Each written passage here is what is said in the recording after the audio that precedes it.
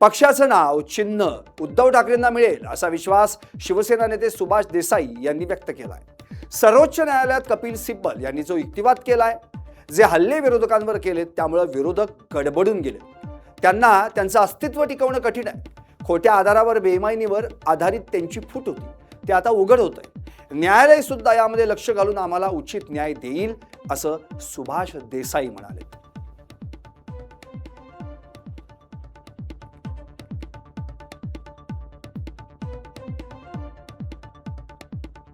बल यांनी अशा प्रकारे प्रभावी युक्तिवाद केलेले आहे, एक प्रकारे हल्ले केलेले आहेत की त्यामुळे समोरचे जे आहेत विरोधक ते गडबडून गेलेले आहेत, त्यांना त्यांचं अस्तित्व टिकवणं कठीण आहे। एक तर सगळ्या खोट्या आधारावर आणि बेईमानीवर आधारलेलं असं त्यांची ती फूट होती, त्यामुळे ती आता उघड होते आणि न्यायालय सुद्धा ह्याच्यामध्ये नक्कीच लक्ष घालून जो उचित न्याय आहे तो मिळेल याच्यामध्ये। आणि लवकरच आमचं जे गमावलेलं आहे पक्षाचं नाव, पक्षाचं चिन्ह हे आम्हाला मिळेल, उद्धव साहेबांना मिळेल याची मला खूपच आशा नवी खात्री वाटते।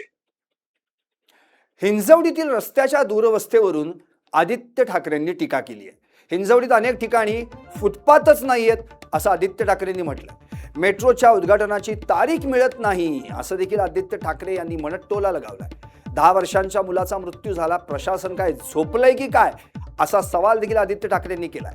राजकारणामुळे पुण्याकडे म्हणावं तसं लक्ष दिलं जात नाहीये असं देखील आदित्य ठाकरेंनी म्हटलंय। संघटना ज्या आहेत त्या मागच्या वर्षी देखील मुख्यमंत्री महोदयांना भेटल्या होत्या। सातत्याने डिव्हिजनल कमिशनर असतील, इतरांकडे पिटिशन करत असतात की कोणीतरी इथे लक्ष द्या।